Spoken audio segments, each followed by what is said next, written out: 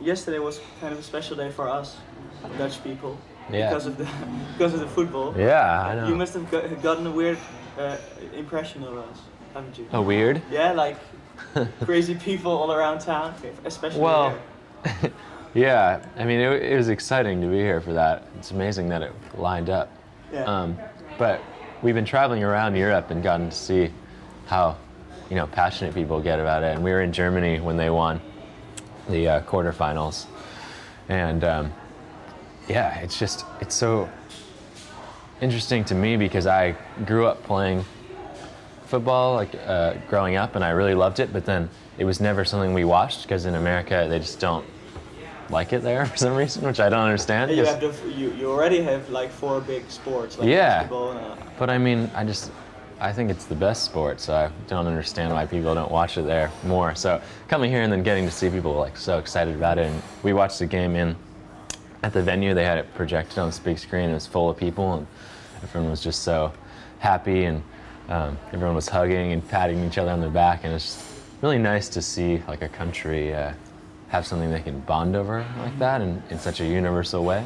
You were playing afterwards, after. Yeah, after well, the we game. were, I think, supposed to play during it, but we Yeah. postponed it because we wanted to watch the game. But when did you yourself stop playing football? In high school, For what reason? yeah. I think just too much time, because I was doing it, I wasn't playing it in school. I was playing it in on the side, leagues on the side, because I'd been doing it for so long and continuing on that.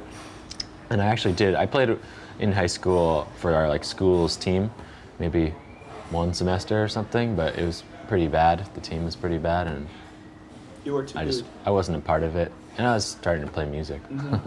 Were you already living in Berkeley then? No, I grew up down in Southern California, around Santa Monica and Malibu. You know those places? And then I went to school in Berkeley, so that's when to go to college. I moved up there. Can you describe what situation you were in when you started recording Talking Through Tin Cans? Yeah, it was, those were the first songs I'd ever written, and I moved to Berkeley and left home for the first time, and I guess I just was trying to figure out what I wanted to do with myself. So I started writing these songs. But how was your living situation? Where did you live? How did you get those songs out? Well, I lived in the dorms the first year, Yeah. just because that's what you do.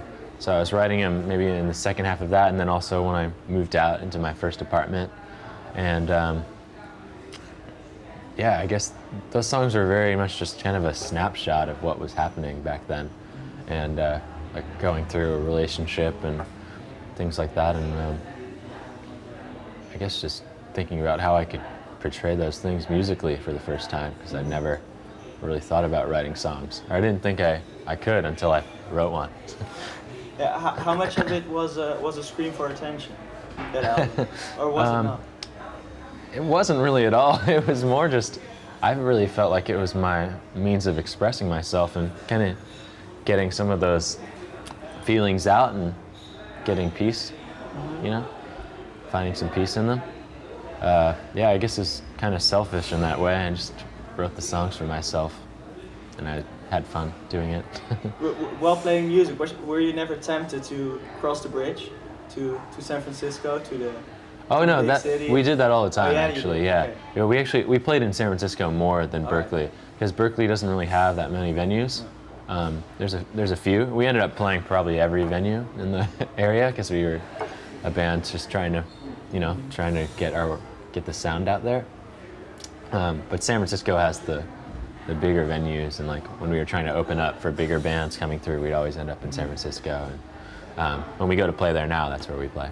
Is there a difference between the mentality in San Francisco and Berkeley when it comes to music, to the music scene?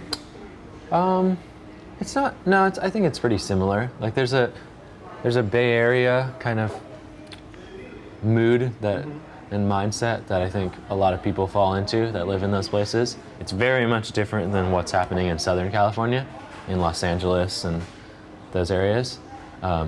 But yeah, I'd say Berkeley and San Francisco is kind of cut from the same fabric.